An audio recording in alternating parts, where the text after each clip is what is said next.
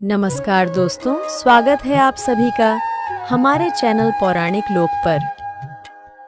कामदा एकादशी का करो उपवास। हरि नाम से मिटे संताप और त्रास।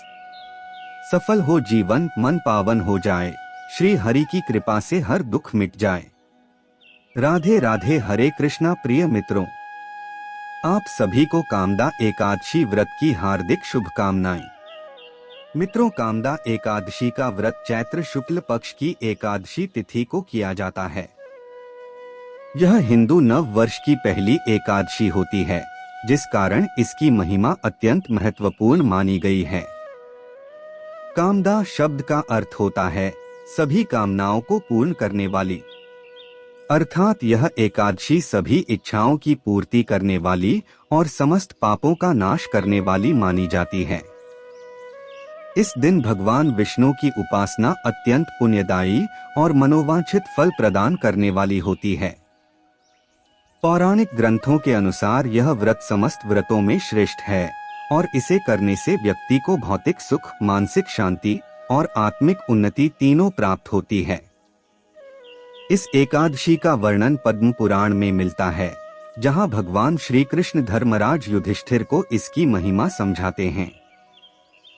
तो चलिए मित्रों, माता लक्ष्मी और भगवान श्री हरि विष्णु के चरण कमलों का ध्यान करते हुए सुनते हैं कामदा एकादशी व्रत की पुण्य फलदायी कथा। मित्रों, कथा के अनुसार प्राचीन काल में भोगीपुर नामक एक अत्यंत सुंदर नगरी थी।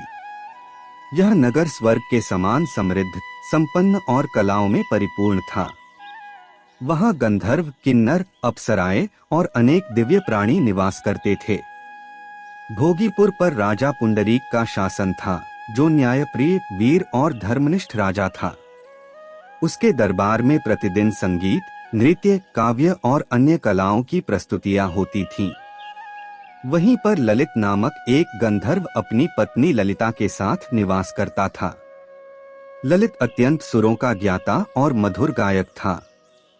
वह प्रतिदिन दरबार में अपनी मधुर वाणी से सबको मोहित करता और राजा का प्रिय कलाकार था। ललित और उसकी पत्नी ललिता एक दूसरे से अत्यधिक प्रेम करते थे और हर क्षण एक दूसरे की याद में डूबे रहते थे। एक दिन राजा पुंडरीक के दरबार में ललित को गान प्रस्तुत करना था, परंतु उसका मन अपनी पत्नी ललिता की चिंता में डूबा हुआ था। उसका ध्यान गाने पर केंद्रित नहीं हो सका और वह रागलय में त्रुटि कर बैठा। राजा को यह अपमानजनक प्रतीत हुआ, क्योंकि दरबार में कला की त्रुटि को राजा के विरुद्ध अपराध माना जाता था। क्रोधित होकर राजा ने उसे श्राप दे दिया कि वह विकराल राक्षस में परिवर्तित हो जाए। श्राप के प्रभाव से ललित तुरंत ही एक भयंकर राक्षस में बदल गया। उसका स्वर भयानक हो गया, शरीर विकृत, बाल बिखरे हुए, नेत्र क्रोध से लाल और उसकी काया अत्यंत भयानक हो गई। वह पूर्व रूप और सुख संपत्ति से वंचित हो गया। उसकी पत्नी ललिता अपने पति की यह दुर्दशा देखकर अत्यंत दुखी हुई। वह क्रंदन करने लगी, वन वन भटकने लगी, तपस्वियों, ऋषियों और ब्राह्मणों से उपाय पूछने लगी, परंतु कोई समाधान न मिला। वह प्रतिदिन अपने पति के पीछे पीछे जंगलों में विचरती, उसका पालन करती और उसे प्रेम पूर्वक सांत्वना देती। इसी भटकन के दौरान एक दिन वह विंध्याचल पर्वत पर श्रृंगी ऋषि के आश्रम पहुंची। वहां उसने अपनी व्यथा सुनाई। ऋषि श्रृंगी को उसकी श्रद्धा और पतिव्रता भाव देखकर दया आ गई। उन्होंने कहा, हे साध्वी, तुम चैत्र शुक्ल पक्ष की कामदा एकादशी का व्रत करो। यह एकादशी मनुष्यों की समस्त इच्छाओं को पूर्ण करती है और पापों का नाश करती है। इस व्रत के पुण्य से तुम्हारे पति को अवश्य मुक्ति प्राप्त होगी। ललिता को मानो जीवन की नई आशा मिली। उसने अगले ही दिन से व्रत की तैयारी शुरू कर दी। एकादशी के दिन उसने ब्रह्म मुहूर्त में स्नान कर संकल्प लेकर उपवास रखा। उसने दिन भर जल और फलाहार से व्रत किया, भगवान श्रीहरि की पूजा की, उनके मंत्रों का जप किया और रात्रि में जागरण कर भजन कीर्तन करती रही। द्वादशी के दिन ब्राह्मणों को अन्न, वस्त्र और दक्षिणा दान कर विधिपूर्वक व्रत का पारण किया। उसकी तपस्या, श्रद्धा और प्रेमपूर्ण भक्ति से प्रसन्न होकर भगवान विष्णु प्रकट हुए और बोले, हे साध्वी, तुम्हारी निष्ठा, भक्ति और व्रत से मैं अत्यंत प्रसन्न हूँ। तुम्हारे पतिव्रत धर्म और मेरी इस एकादशी की महिमा से तुम्हारा पति श्राप से मुक्त हो गया है। उसी क्षण ललित का राक्षस रूप समाप्त हो गया और वह पुनः सुंदर संगीतज्ञ गंधर्व रूप में लौट आया। ललिता और ललित एक दूसरे को पाकर अत्यंत प्रसन्न हुए और भगवान का धन्यवाद करते हुए अपने लोक लौट गए। इस कथा से यह सिद्ध होता है कि कामदा एकादशी का व्रत न केवल मोक्ष देने वाला है, बल्कि यह सांसारिक कष्टों को भी दूर करने वाला और प्रेम, श्रद्धा व भक्ति का प्रतिफल देने वाला व्रत है। यह व्रत भक्त को केवल आत्मिक उन्नति ही नहीं देता, अपितु उसके जीवन की प्रत्येक कठिनाई का समाधान भी करता है। इसके साथ ही कामदा एकादशी के अगले दिन दमनक द्वादशी मनाई जाती है, जो विशेष रूप से भगवान श्री जगन्नाथ को समर्पित है। एक प्राचीन कथा के अनुसार एक बार पूरी धाम के राजा श्री जगन्नाथ मंदिर में आए हुए प्रसाद को अपने बाएं हाथ से ग्रहण कर बैठे, क्योंकि वे चौसर खेलने में व्यस्त थे। इस अनादर का उन्हें बहुत पछतावा हुआ और उन्होंने कठोर व्रत लिया कि वे अपने उस हाथ को काट देंगे जिसने भगवान के प्रसाद का अपमान किया। रात में उन्होंने अपने ही सैनिकों से उस हाथ को कटवा दिया। इसके पश्चात वे प्रतिदिन भगवान की सेवा करने हेतु पुष्प चुनने और माला गूंथने का कार्य करने लगे। एक दिन उन्हें एक अद्भुत सुगंध वाला पुष्प मिला जो अत्यंत दुर्लभ था। उन्होंने उस पुष्प की विशेष रक्षा के आदेश दिए, परंतु अगले दिन वह पुष्प टूटा पाया गया। क्रोधित होकर उन्होंने माली को दंड दे दिया। उसी रात भगवान श्री जगन्नाथ ने राजा को स्वप्न में दर्शन दिए और कहा कि उस पुष्प को उन्होंने स्वयं लिया था, क्योंकि वह उस स्थान पर उत्पन्न हुआ था जहां राजा का कटा हुआ हाथ दफन किया गया था। उस पुष्प को दयान पुष्प कहा गया और माली को दयान माली नाम दिया गया। भगवान ने यह भी कहा कि अगले दिन उसी माली द्वारा उनका श्रृंगार कराया जाए। प्रभु की कृपा से राजा का कटा हाथ भी पुनः जुड़ गया। यह लीला दर्शाती है कि भगवान अपने भक्तों के प्रेम और पश्चाताप को कभी अनदेखा नहीं करते। कामदा एकादशी और दमनक द्वादशी दोनों ही व्रत केवल धार्मिक अनुष्ठान नहीं हैं, बल्कि आत्मा को शुद्ध करने, पापों से मुक्ति दिलाने और जीवन में दिव्यता लाने के साधन हैं। इस व्रत को करने से व्यक्ति का मन, वचन और कर्म शुद्ध होते हैं। इस दिन यदि श्रद्धा पूर्वक उपवास, दान, पूजा और भगवान विष्णु के नाम का जप किया जाए तो व्यक्ति को सभी प्रकार की बाधाओं, रोगों, पापों और क्लेशों से मुक्ति प्राप्त होती है। जो लोग संतान की कामना करते हैं उन्हें यह व्रत विशेष रूप से करना चाहिए, क्योंकि यह संतान सुख प्रदान करने वाला भी माना गया है। इस दिन तुलसी के पत्तों से भगवान विष्णु की पूजा, विष्णु सहस्रनाम का पाठ, गीता के श्लोकों का जप तथा ब्राह्मणों को अन्न और वस्त्र का दान विशेष पुण्यदायी होता है।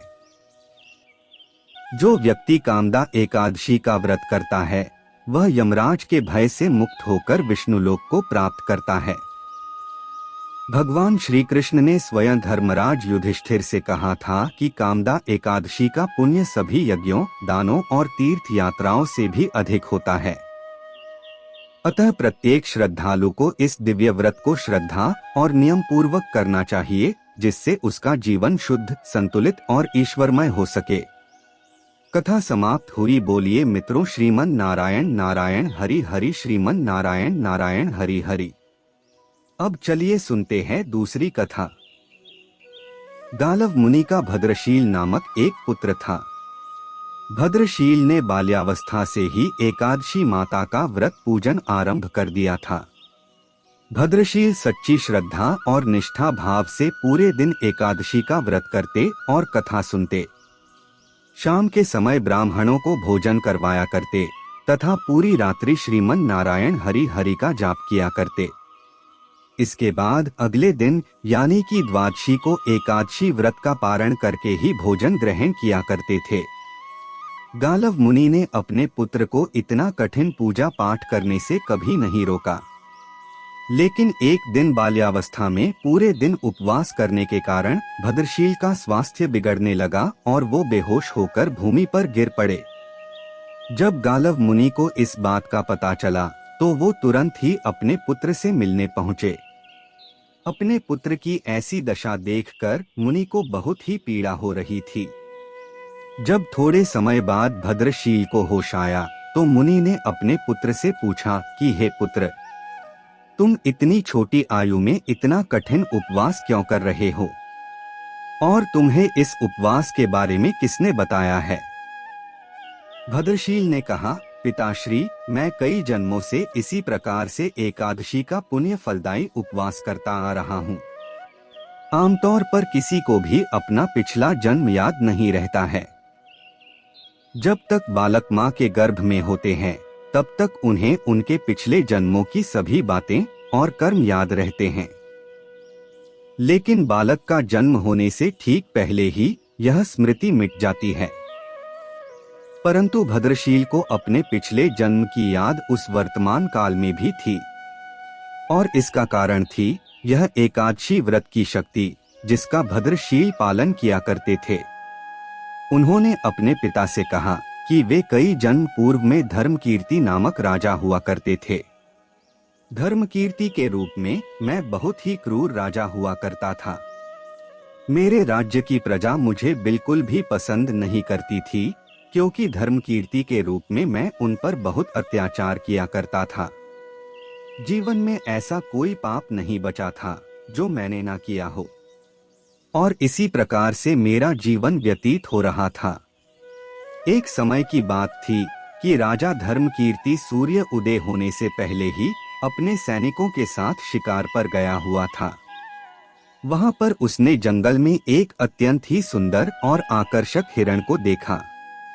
राजा को वो हिरण बहुत ही मोहित कर रहा था और वो हिरण अब किसी भी कीमत पर राजा को चाहिए था। राजा ने उस हिरण को पकड़ने के लिए अपने सैनिकों को उसके पीछे भेजा और उसको चारों ओर से घेरने के लिए कहा। राजा ने जब देखा कि वो हिरण भागने की कोशिश कर रहा है तो धर्मकीर्ति ने कहा कि जो भी सैनिक हिरण को भागने देगा उसका पूरा परिवार मार डाला जाएगा। जब उस हिरण ने यह सुना तो सोचने लगा कि बेचारे सैनिक, अगर मैं किसी भी सैनिक के पास से भागा तो इनके परिवार को यह दुष्ट राजा अवश्य ही मार देगा और मैं नहीं चाहता कि मेरे कारण किसी भी निर्दोष प्राणी का अहित हो। इसलिए हिरण किसी सैनिक के पास से भागने के बजाय राजा के पास से निकल भागा। यह सब देखकर अब तो राजा ने अकेले ही हिरण का पीछा करना शुरू कर दिया और अंत में खुद को एक घने जंगल के बीच में पाया। सूर्यास्त होने के कारण राजा उस घने जंगल के अंदर फंस गया और अब राजा को हिरण कहीं भी दिखाई नहीं दे रहा था। वहां से बाहर आने के लिए राजा दिन भर उस घने जंगल में रास्ता खोजता रहा, परंतु रात्रि होने के कारण उसे कुछ भी समझ नहीं आ रहा था। इसलिए राजा ने एक पेड़ के नीचे ही रात बिताने की योजना बनाई। सुबह महल से जल्दी निकलने के कारण उसने पूरे दिन में कुछ भी नहीं खाया था और क्योंकि उसे चारों ओर से खतरनाक जानवरों के गुर्राने की आवाज सुनाई दे रही थी, इसलिए वह सो नहीं पा रहा था। राजा को अब अपने जीवन पर संकट दिखाई दे रहा था।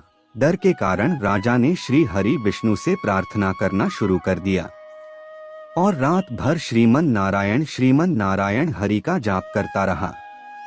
उसके दुष्ट कर्मों के कारण सुबह होते ही उसकी मृत्यु हो गई। यमदूत आए और उसे यमराज के पास ले गए। जब यमराज ने पूछा, तुम लोग इन्हें यहाँ क्यों लाए हो?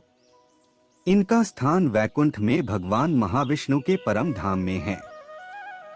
तब यमदूतों ने कहा, लेकिन महाराज, यह तो महापापी है। इसने जीवन भर अनेकों पाप किए हैं। इसे तो कठोर से कठोर दंड मिलना चाहिए। यह सब सुनकर यमराज बोले, नहीं, इसके जो भी पाप कर्म थे वह सब चले गए हैं। ये अब पवित्र हैं, क्योंकि जिस दिन उनकी मृत्यु हुई वह एकादशी की परम फलदायी तिथि थी। राजा ने उस दिन शिकार पर आने के कारण कुछ भी नहीं खाया था और रात्रि में जंगल में भटकने के कारण भी इनका उपवास ही रहा। इस प्रकार से राजा ने दिन भर उपवास किया और रात में जागते हुए श्री हरि का स्मरण किया। इस पुण्य कर्म से उनके सारे पाप दूर हो गए और वे पवित्र हो गए। यमराज ने स्वयं एक स्वर्ण रथ बुलवाया और राजा को वैकुंठ भेज दिया। जब लोगों को इस बारे में पृथ्वी लोक में पता चला तो वे सभी लोग भी एकादशी व्रत का पालन करने लगे और अपना जीवन अधिक सुखपूर्वक जीने लगे। हे एकादशी माता, जैसे आपने राजा पर कृपा की, हम सभी भक्तों पर भी अपनी कृपा यूं ही बनाए रखना।